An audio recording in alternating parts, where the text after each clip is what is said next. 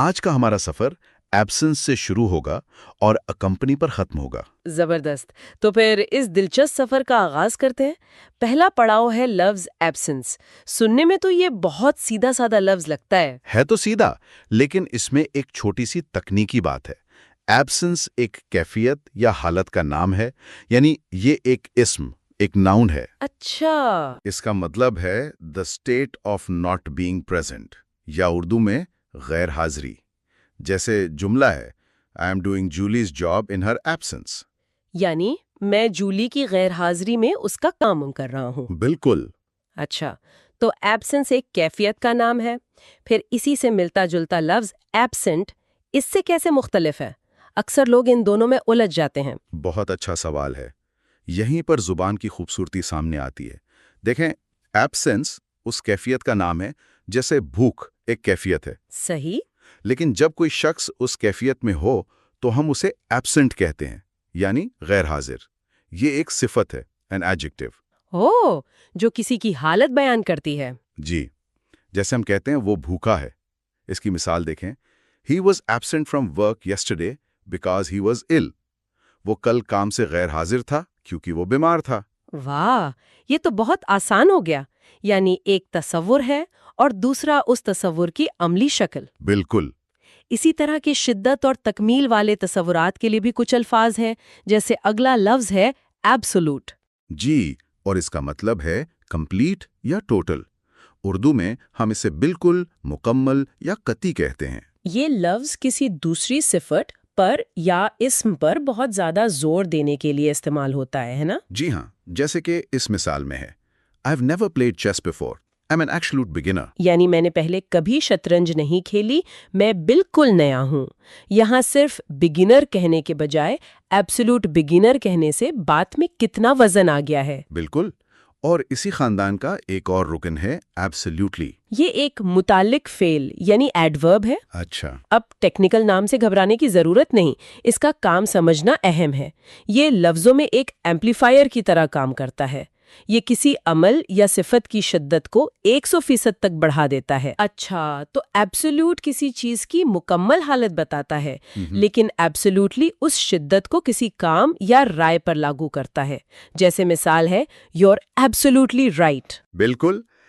آپ صرف یہ بھی کہہ سکتے تھے کہ یو آر رائٹ، لیکن ایبسلیوٹلی لگانے سے آپ کہہ رہے ہیں کہ اس بات میں شک کی کوئی گنجائش ہی نہیں، آپ قطعی طور پر درست ہیں۔ تو یہ گفتگو میں یقین اور پختگی پیدا کرتا ہے۔ جی ہاں۔ تو ایک طرف ہم خیالات کو بڑھا رہے ہیں اور دوسری طرف ایک ایسا لفظ ہے جس کا مطلب ہے چیزوں کو اپنے اندر سمیٹ لینا۔ اگلا لفظ ہے absorb۔ جی، یہ ایک فعل ہے، a verb، اور اس کا مطلب ہے کسی مائع، گیس یا کسی اور شے کو اپنے اندر جذب کر لینا۔ اردو میں چوس لینا یا جذب کرنا۔ جی، جذب کرنا۔ یہ ایک بہت ہی بصری لفظ ہے، یعنی اسے سن کر ذہن میں ایک تصویر بنتی ہے۔ جیسے مثال ہے The dry ground absorbed all the rain۔ خشک زمین نے ساری بارش جذب کر لی۔ آپ تصور کر سکتی ہیں کہ کیسے پانی زمین میں سما رہا ہے۔ یہ تو ہوئی مادی چیزوں کو جذب کرنے کی بات، لیکن ان چیزوں کا کیا جن کا کوئی مادی وجود ہی نہیں ہوتا، جیسے خیالات یا احساسات؟ میرے خیال میں ہمارا اگلا لفظ اسی بارے میں ہے، ایبسٹریکٹ۔ میں نے یہ لفظ آرٹ کے حوالے سے بہت سنا ہے، لیکن اس کا اصل مطلب کیا ہے؟ آپ نے صحیح پکڑا۔ ایبسٹریکٹ ایک صفت ہے اور ان چیزوں کے لیے استعمال ہوتی ہے جو صرف ایک خیال، احساس یا معیار کے طور پر موجود ہوں، مادی طور پر نہیں۔ اچھا۔ اسے ایسے سمجھیں کہ کرسی ایک ٹھوس چیز ہے، آپ اسے چھو سکتے ہیں، لیکن آزادی خیال ہے، آپ آزادی کو چھو نہیں سکتے، صرف محسوس کر سکتے ہیں۔ تو آزادی ایک ایبسٹریکٹ تصور ہے۔ اردو میں اسے خیالی یا تجریدی کہتے ہیں۔ جی۔ تو اس کی دو مثالیں جو ہمارے پاس ہیں وہ اب بالکل واضح ہو گئی ہیں۔ پہلی ہے an abstract thought، یعنی ایک خیالی سوچ، اور دوسری an abstract painting، یعنی ایک تجریدی تصویر۔ جی، اور تجریدی پینٹنگ وہی ہوتی ہے جو کسی حقیقی چیز کی ہو عکاسی نہیں کرتی، بلکہ رنگوں اور شکلوں کے ذریعے کسی خیال یا جذبے کا اظہار کرتی ہے۔ کیا بات ہے! اب خیالی دنیا سے نکل کر ایک ایسے لفظ کی طرف آتے ہیں جو بہت مزیدار ہے، ایبسرڈ۔ بالکل. یہ لفظ سنتے ہی ہنسی آ جاتی ہے. یہ ایک صفت ہے جس کا مطلب ہے ریڈیکولس. اردو میں کہیں تو نامعقول، بیہودہ یا بے تکا. اس کے استعمال میں اکثر ایک مذاق کا پہلو ہوتا ہے. جیسے پہلی مثال ہے "You look absurd in that hat." تم اس ٹوپی میں بے تکے لگ رہے ہو. یہ مثال مجھے ایک شادی کی یاد دلاتی ہے. ہر تقریب میں کوئی نہ کوئی ایسا مہمان ضرور ہوتا ہے جس کا لباس غلط وجوہات کی بنا پر توجہ کا مرکز بن جاتا ہے. صحیح کہا. لیکن اس لفظ کا استعمال ہمیشہ مزاحیہ نہیں ہوتا ہے نا. دوسری مثال کچھ مختلف لگ رہی ہے. آپ نے درست کہا. دوسری مثال دیکھیں. Don't be absurd. Of course I can't learn Japanese in 3 days. یعنی بےہودہ مت بنو. ظاہر ہے میں 3 دن میں جاپانی نہیں سیکھ سکتی. جی. یہاں یہ لفظ کسی ناممکن بات پر غصے یا حیرت کے اظہار کے لیے استعمال ہوا ہے. تو لہجہ بدلنے سے لفظ کا احساس بھی بدل جاتا ہے. تو ایک ہی لفظ مزاحیہ بھی ہو سکتا ہے اور سنجیدہ بھی. اب ہم ایک ایسے لفظ کی طرف بڑھ رہے ہیں جو کافی بھاری اور پیچیدہ ہے، اور وہ ہے ابیوز. اس کے 2 مختلف استعمال ہیں. پہلے ایک عمل یعنی فعل کے طور پر. جی. ابیوز ایک بہت طاقتور لفظ ہے. بطور فعل اس کی کئی معنی ہیں. پہلا، کسی چیز کا غلط یا ناجائز استعمال کرنا. جیسے the manager often abuses her power. Manager اکثر اپنے اختیارات کا ناجائز استعمال کرتی ہے. جی. یہاں یہ مس یوز یا غلط استعمال سے زیادہ سنگین ہے. اچھا، تو ابیوز اور مس یوز میں فرق ہے. مس یوز غلطی سے بھی ہو سکتا ہے، لیکن ابیوز میں نیت کا عمل دخل زیادہ لگتا ہے. بالکل. ابیوز میں اکثر نقصان پہنچانے یا زیادتی کرنے کا عنصر شامل ہوتا ہے. اس کا دوسرا مطلب ہی یہی ہے، کسی کے ساتھ ظالمانہ یا پرتشدد سلوک کرنا. جیسے مثال ہے The children were abused by their father. بچوں کے ساتھ ان کے باپ نے برا سلوک کیا. جی. یہ ایک بہت سنگین الزام ہے. اس کا تیسرا مطلب بد زبانی کرنا بھی ہے. اور یہی لفظ ابیوز جب اسم یعنی ناؤن کے طور پر استعمال ہوتا ہے تب بھی اس کے معنی اتنے ہی سنگین رہتے ہیں. جی. بطور اسم بھی اس کا مطلب زیادتی، برا سلوک، گالی یا ناجائز استعمال ہی ہے. جیسے ڈرگ ابیوز یعنی منشیات کا ناجائز استعمال. یا چائلڈ ابیوز، بچوں کے ساتھ زیادتی. بالکل. یہاں یہ ایک انفرادی عمل سے بڑھ کر ایک سماجی مسئلے کی شکل اختیار کر لیتا ہے. اور بد زبانی والی مثال بھی بہت واضح ہے. The lorry driver shouted a stream of abuse at the cyclist. Truck کے ڈرائیور نے سائیکل سوار کو گالیوں سے نوازا. جی. یہ اسٹریم آف ابیوز کا استعمال بہت دلچسپ ہے، جیسے ایک گالیوں کی کوئی ندی بہہ رہی ہو.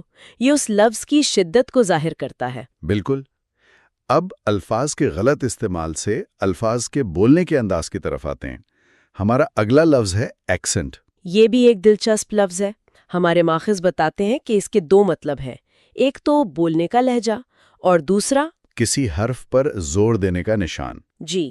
میں نے تو زیادہ تر پہلا ہی مطلب سنا ہے. عام گفتگو میں پہلا مطلب ہی زیادہ استعمال ہوتا ہے، یعنی زبان بولنے کا وہ انداز جس سے آپ کے ملک، علاقے یا سماجی طبقے کا پتہ چلے. جیسے مثال ہے She speaks English with an American accent.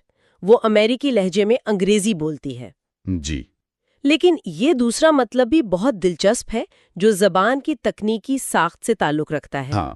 مثال ہے In the word because, the accent is on the second part of the word. لفظ because میں زور لفظ کے دوسرے حصے cause پر ہے. اچھا، یہ تو میں نے کبھی اس طرح سوچا ہی نہیں تھا. تو کیا انگریزی کے ہر لفظ میں ایک خاص ایکسنٹ یا سٹریس کا مقام ہوتا ہے؟ جی ہاں، اور صحیح ایکسنٹ کے ساتھ بولنے سے آپ کی زبان زیادہ فطری لگتی ہے. یہ تو زبان سیکھنے کا ایک بالکل نیا پہلو ہے. اب ایک بہت عام استعمال ہونے والی فعل کی طرف آتے ہیں، ایکسیپٹ. اس کے بھی کئی رنگ ہیں. پہلا تو سیدھا سا ہے، کسی پیشکش یا دعوت کو ہاں کہنا. جیسے I accepted the invitation to his party.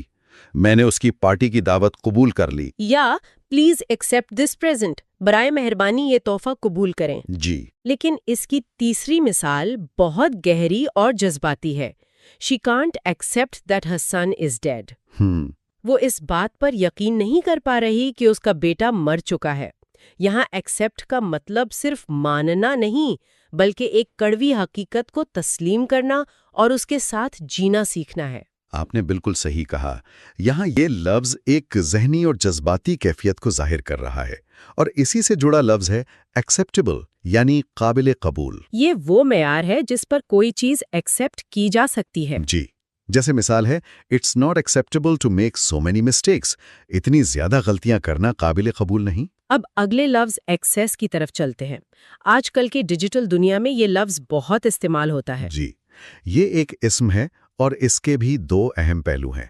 پہلا ہے کسی جگہ داخل ہونے کا راستہ، جیسے we don't have access to the garden from our flat. ہمارے فلیٹ سے باغ تک رسائی نہیں ہے.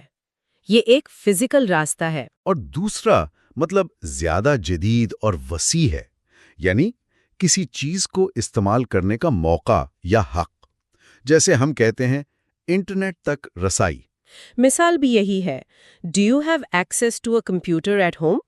کیا گھر پر تمہاری کمپیوٹر تک رسائی ہے؟ تو یہ صرف ایک دروازہ نہیں بلکہ ایک موقع ہے. صحیح. اب ایک ایسے لفظ کی بات کرتے ہیں جو ہم سب بچپن سے سنتے آئے ہیں، ایکسیڈنٹ.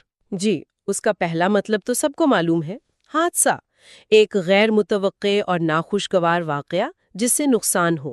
جیسے I had an accident when I was driving to work. جب میں کام پر جا رہا تھا تو میرا ایکسیڈنٹ ہو گیا. لیکن اس کا ایک اور بہت عام استعمال ہے جو اکثر لوگ نظر انداز کر دیتے ہیں. وہ ہے کسی کام کا غیر ارادی طور پر ہو جانا. جیسے آپ سے کوئی گلدان ٹوٹ جائے تو آپ کہتے ہیں I'm sorry, I broke your watch, it was an accident. معافی چاہتی ہوں، میں نے تمہاری گھڑی توڑ دی، یہ اتفاقاً ہوا. یہاں ایکسیڈنٹ کا مطلب غلطی ہے. بالکل. اچھا، تو اسی سے جڑے دو اور الفاظ ہیں، ایکسیڈنٹل اور ایکسیڈنٹلی. ان میں اکثر گڑبڑ ہو جاتی ہے. ان میں کیا فرق ہے؟ یہ سمجھنا بہت آسان ہے. فرض کریں ایک گلدان ٹوٹ گیا. ایکسیڈنٹل واقعے کی صفت بیان کرتا ہے. آپ کہیں گے The breaking of the vase was accidental. گلدان کا ٹوٹنا ایک اتفاقی واقعہ تھا. جی، لیکن ایکسیڈنٹلی بتاتا ہے کہ کوئی کام کس طرح ہوا، یعنی یہ عمل کو بیان کرتا ہے. آپ کہیں گے He accidentally broke the vase. اس نے اتفاقاً گلدان توڑ دیا. تو ایک واقعے کی نوعیت ہے اور دوسرا کام کرنے کا طریقہ. بالکل. یہ بہترین وضاحت ہے. یہ فرق اب کبھی نہیں بھولے گا. اب ایک اور لفظ جس میں اکثر سیکھنے والے ایک عام غلطی کرتے ہیں وہ ہے اکوموڈیشن. ہاں، اس کی سب سے اہم بات یہ ہے کہ یہ ایک ناقابل شمار اسم یعنی انکاؤنٹیبل ناؤن ہے. آپ ٹو اکوموڈیشنز نہیں کہہ سکتے. اچھا. انگریزی میں اسے ایک مجموعی سہولت کے طور پر دیکھا جاتا ہے، جیسے فرنیچر یا لگیج. اس کا مطلب ہے رہائش یا قیام گاہ. تو اگر کسی کو دو جگہوں کے بارے میں بتانا ہو تو وہ کیا کہے گا؟ وہ کہے گا ٹو پلیسز ٹو اسٹے یا ٹو ٹائپس آف ایکوموڈیشن. یہ ایک چھوٹی سی بات ہے لیکن آپ کی انگریزی کو بہت بہتر بنا دیتی ہے. اس کی مثال ہے It's difficult to find cheap accommodation in London. London میں سستی رہائش گاہ تلاش کرنا بہت مشکل ہے. جی. زبردست. اور اب ہم اپنے آج کے آخری لفظ پر پہنچ گئے ہیں، اکمپنی. یہ ایک فعل ہے اور اس کا تعلق ساتھ ہونے سے ہے. اس کے دو بنیادی استعمال ہیں. پہلا، کسی شخص کے ساتھ جانا. جیسے 4 teachers accompanied the class on their skiing holiday. Skiing کی چھٹیوں کے دوران 4 اساتذہ اپنی کلاس کے ہمراہ گئے. اور دوسرا استعمال بھی ساتھ ہونے کا ہی ہے لیکن لوگوں کے بجائے واقعات یا چیزوں کے لیے. بالکل. جیسے ایک قدرتی واقعہ دوسرے کے ساتھ رونما ہوتا ہے. مثال ہے Thunder is usually accompanied by lightning. بادلوں کی گرج کے ساتھ عام طور پر بجلی بھی چمکتی ہے. تو یہاں بھی ایک طرح کی شراکت داری ہے، چاہے وہ لوگوں کے درمیان ہو یا پھر فطرت کے عناصر کے درمیان.